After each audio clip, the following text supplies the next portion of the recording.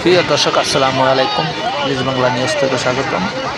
আজকে আমরা আছি রাজধানী কাওরান বাজারে মাছের পাইকারি আড়তের 3 নম্বর গেটে সোনার বাংলার।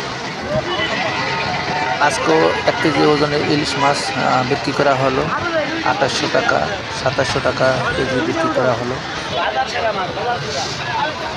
তবে সরকার একটা উদ্যোগ নেওয়া হলো যে সাধারণ মানুষের জন্য প্রচুর পরিমাণ ইলিশের দাম থাকার কারণে সাধারণ মানুষ আসলে ইলিশ খাওয়ার মতন স্বপ্নেই কল্পনা করতে পারে না।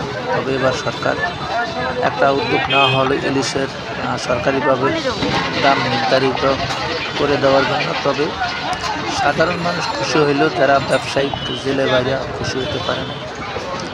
ইলিশের দাম নির্ধারিত করার জন্য তারা এটার বিপক্ষে আছে।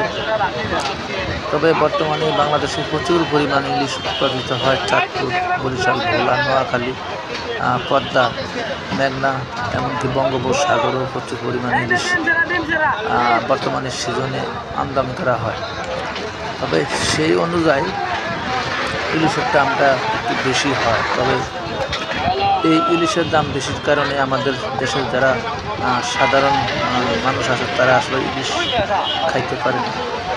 তবে এবারকার সরকারের যে উদ্যোগ, আশা করি আমাদের সাধারণ মানুষের জন্য সবচেয়ে ভালো হবে। ইলিশ সবাই মোটামুটি খাইতে পারবে। তবে ব্যবসায়িক বাইরে এটা মানতে নারাজ। আজকে এই পর্যন্তই, ধন্যবাদ।